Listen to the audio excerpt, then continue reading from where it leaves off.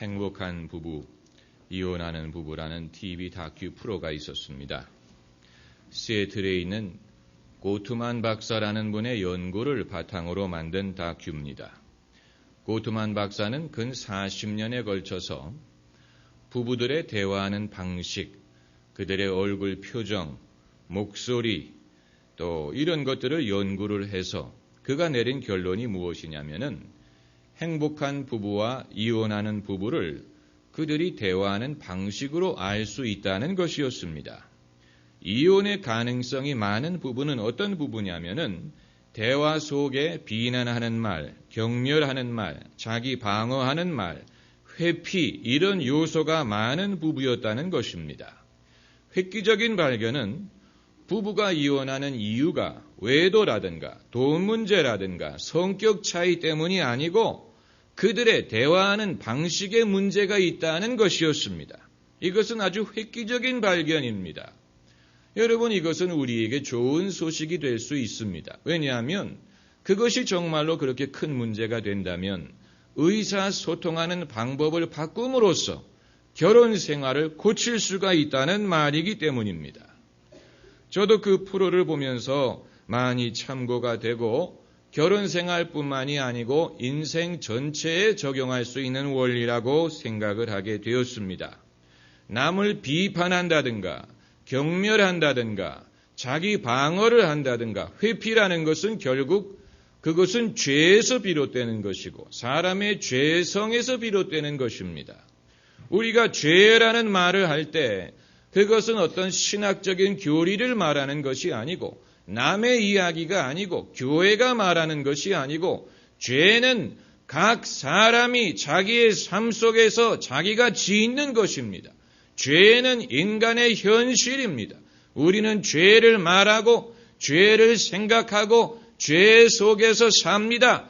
예수님이 우리를 죄에서 건져주신 것을 믿지만 그러나 죄의 흔적은 우리에게 현저하게 남아 있습니다. 그러므로 예수를 믿어서 가장 혜택을 입는 것은 예수님 자신이 아니고 우리입니다. 우리 자신의 혜택을 위하여, 우리의 구원을 위하여 내가 예수님을 믿어서 가장 혜택을 입는 사람은 나 자신이요, 그리고 나와 가까이에 있는 사람들입니다. 그 사실을 우리가 알아야 됩니다. 여러분, 우리는 얼마나 행복에 익숙합니까? 얼마나 사랑에 익숙합니까? 새삼스럽게 그게 무슨 질문인가 생각하실지 모르지만 의외로 우리는 이런 것에 익숙하지 못합니다. 사랑에 익숙하지 못하고 그 대신 다툼과 불안에 더 익숙합니다. 행복이라는 감정에 익숙하기보다는 불만이라든가 뭔가 불안 이런 것에 더 익숙할 때가 많습니다. 그렇기 때문에 이러한 요소가 없을 때는 우리가 어색하게 생각을 합니다. 저희 교회 예배당이 여름에는 에어컨을 틀고 겨울에는 온풍기를 틉니다.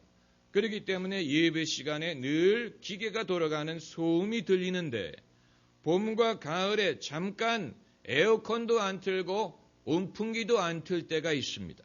그럴 때는 아주 조용합니다. 그런데 저는 그게 불편합니다. 왜냐하면 하도 이 소음에 익숙했기 때문에 어느 정도는 배경에 소음이 있어야 마음이 안정이 되지. 너무 조용하면 아주 어색합니다.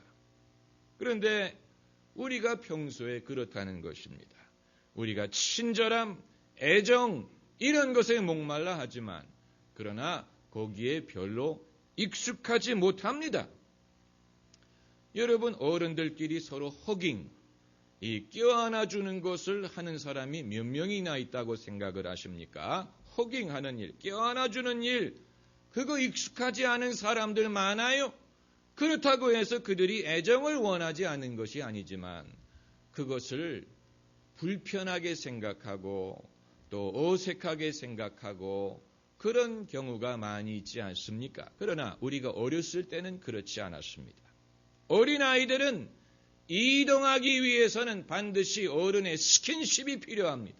어른이 안아줘야 되고 업어줘야 되고 또 들어줘야 되고 내려주어야 되고 이러한 친밀함, 애정의 표현이 익숙하고 그것을 필요로 했는데 우리가 자라서 어른이 되면서 그러한 친밀함, 친절함, 애정보다는 뭔가 불안이라든가 갈등이라든가 이런 것에 익숙해지다 보니까 누가 나에게 사랑을 보여줄 때 움츠리려고 하고 또 어색하게 생각하고 그런 모습을 우리가 경험하게 됩니다. 우리가 권투시합을 보기를 좋아하고 레슬링을 좋아하고 또 총 쏘는 영화를 좋아하는 것도 결국 뭔가 이 갈등이라는 구조에 우리가 익숙해졌다는 것을 보여주는 것이고 사람과 대화를 할 때 그들을 축복하고 칭찬하는 말보다는 깎아내리는 말을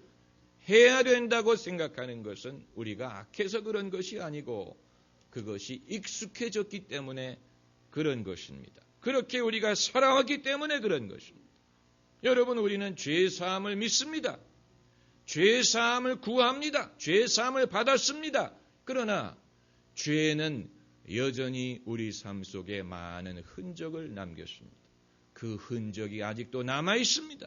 그렇기 때문에 우리는 죄사함을 믿는 것뿐만이 아니고 죄가 남긴 흔적을 지우는 작업을 해야 되는데 은혜를 받아야 되고 기도해야 되고 성령으로 변화해야 되는 이유가 죄의 흔적을 지우기 위한 것입니다. 저희 건물 1층을 리모델링을 하면서 뜯어내야 될 것이 너무나 많아요. 벽을 뜯어내고 천장을 뜯어내고 그러다 보니까 아주 소란스럽고 먼지가 많이 납니다. 그러나 1층을 우리가 원하는 대로 아름답게 꾸미기 위해서는 뜯어내는 작업이 선행되어야 하는 것처럼 예수님이 우리 삶 속에 들어오셔서 리모델링을 하고자 하시는데 예수님의 형상을 닮아가기 위해서는 먼저 우리 삶 속에 뜯어내야 될 것들이 많이 있습니다. 그 중에는 그동안에 오랫동안 익숙해졌던 우리의 감정, 우리의 욕망, 사는 방법 이런 것들을 주님께서 뜯어내리려고 하십니다. 그것이 쉽지 않습니다. 때로는 고통스럽습니다. 저희 교회 어느 성도님 중에 한 분이 저에게 이런 말씀을 하신 적이 있습니다. 예배를 드리다가 종종 외치고 싶은 충동을 느낀다는 것입니다. 나 회개합니다 라고 외치고 싶은 충동을 느낀다고 합니다. 그래서 제가 말씀드렸습니다. 그런 충동을 느끼시면 그대로 하시라고.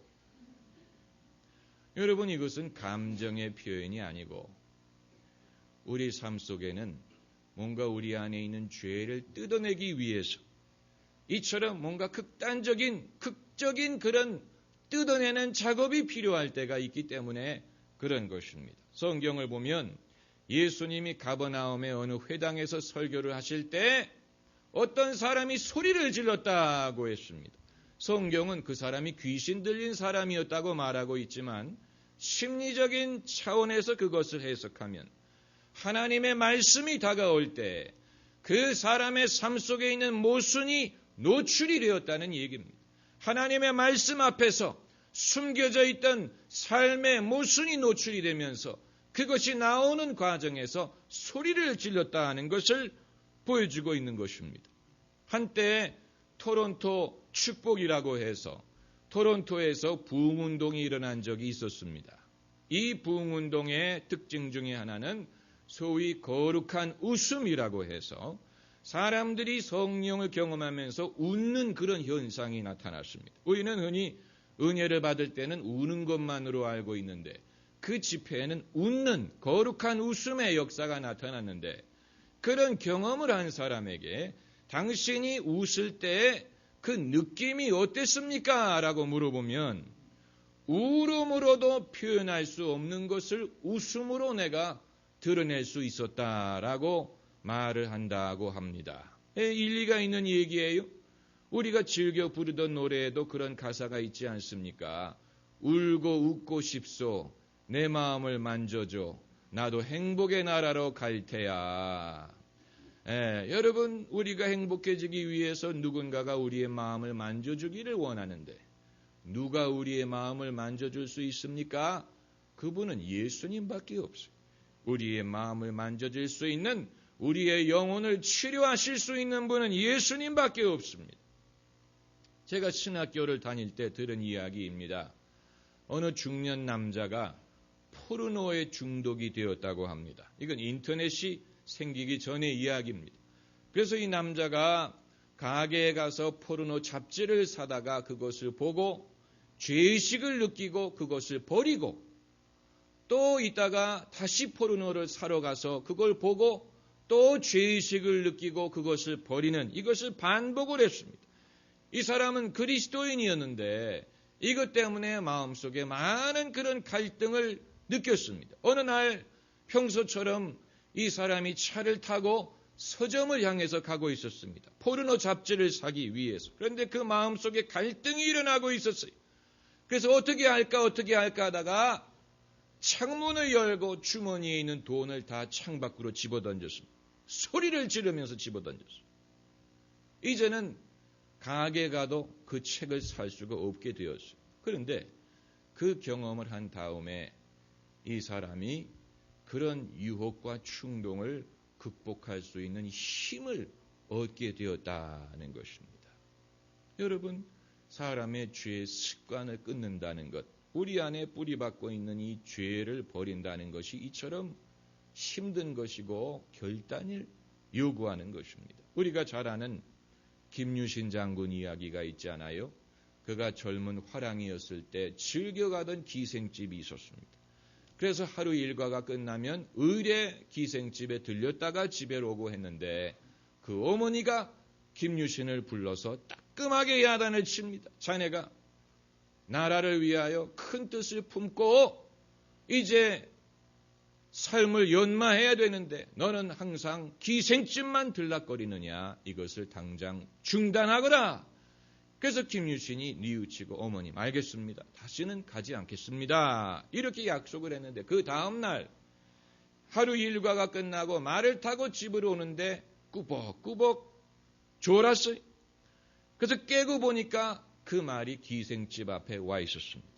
왜냐하면 하도 거기를 자주 가니까 말이 아예 습관이 되어서 당연히 거기로 가려니 하고 간 것입니다. 그래서 김유신이 말에서 내려가지고 칼을 뽑아서 그 말에 목을 쳤다고 하지 않습니까?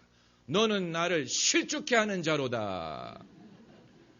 물론 그런 말을 하지는 않았겠지만 말이 무슨 죄가 있습니까? 죄가 있다면 주인이 죄가 있는 것이죠. 그러나 그만큼 사람이 자신의 삶에 잘못된 버릇을, 습관을 고친다는 것은 어려운 것이고 상당한 결단을 필요로 하는 것입니다. 거기서 단절되는 그런 어떤 역사가 필요합니다. 오늘 성경 말씀은 목사님들이 흔히 설교 본문으로 채택하지 않습니다. 왜냐하면 너무 살벌하기 때문에. 오늘 본문 13절 말씀을 보시면은 저희 목구멍은 열린 무덤이요 그 혀로는 속임을 베풀며 그 입술에는 독사의 독이 있고 그 입에는 저주와 악독이 가득하고 그 발은 피 흘리는데 빠른지라 파멸과 고생이 그 길에 있어 평강의 길을 알지 못하였고 저희 눈앞에 하나님을 두려워함이 없느니라 함과 같으니라. 이 구절을 하나님이 우리를 정죄하시는 말씀으로 읽는다면 부담스럽지요. 그러나 그게 아니고 하나님이 우리를 염려하시는 말씀으로 읽으면 이해가 됩니다. 하나님이 우리를 보시면서 염려하시는 것입니다. 너희가 평강의 길을 알지 못하고 너희가 가는 길은 고생과 파멸의 길이구나. 너희가 어찌하여 입에는 독이 가득하고 너희가 이처럼 남을 해치는 일에 빠르냐. 하나님이 염려하시고 탄식하시는 그런 말씀입니다. 여러분, 진정한 회심은 우리가 우리의 죄를 깨닫고 고민하고 그리고 우리의 죄 때문에 고민하는 중에 예수님의 은혜를 깨닫는 데서부터 비롯됩니다. 여러분, 사람의 참 모습이 어떻습니까? 유치원 아이들이 놀 때 보면 유치원 아이들의 세상에서도 왕따라는 것이 있습니다. 유치원 아이들이 얼마나 예쁘고 착해 보입니까? 그러나 벌써 그 나이에 이 아이들은 누구에게 상처를 주는 일을 할 수 있는 존재, 서로 따돌리는 그런 것이 현상이 일어납니다. 여러분, 이것이 인간이 그렇기 때문에 사람은 평강의 길을 알지 못합니다. 이러한 사람을 예수님께서 당신의 사람으로 만들고자 하시는 것입니다. 19세기에 부흥사들이 부흥 집회를 할 때 anxiety bench라는 것을 만들었습니다. 근심의 벤치. 그래서 이 근심의 벤치는 회개하는 사람들이 와서 앉는 의자였습니다. 왜 이것을 근심의 벤치라고 불렀느냐면은 사람이 회개할 때는 근심이 있다는 거예요. 사람이 자기의 죄를 생각할 때 마음에 고민이 있고 아픔이 있어. 그거 없을 수가 없습니다. 근심이 있어. 그것을 통과하고 그리고 주님의 은혜가 얼마나 귀중한 것을 깨닫게 되고 죄를 뿌리칠 수 있는 능력을 얻게 되는 것입니다. 여러분도 여러분의 삶의 모순 때문에 여러분의 죄를 깨닫고 아픔이 있으십니까? 그것이 여러분에게 유익하고 여러분에게 필요합니다. 불가피합니다. 그 고민이 있기 때문에 죄라는 현실을 우리가 깨닫게 되는 것입니다. 그 고민이 있기 때문에 예수님을 의지할 수밖에 없게 되는 것이고 기도하는 것입니다. 예수님께서는 죄의 몸이 멸하여 우리가 다시는 죄의 종이 되지 않게 하셨습니다.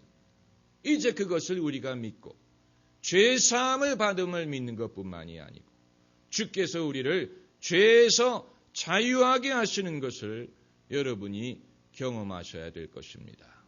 기도하십시다.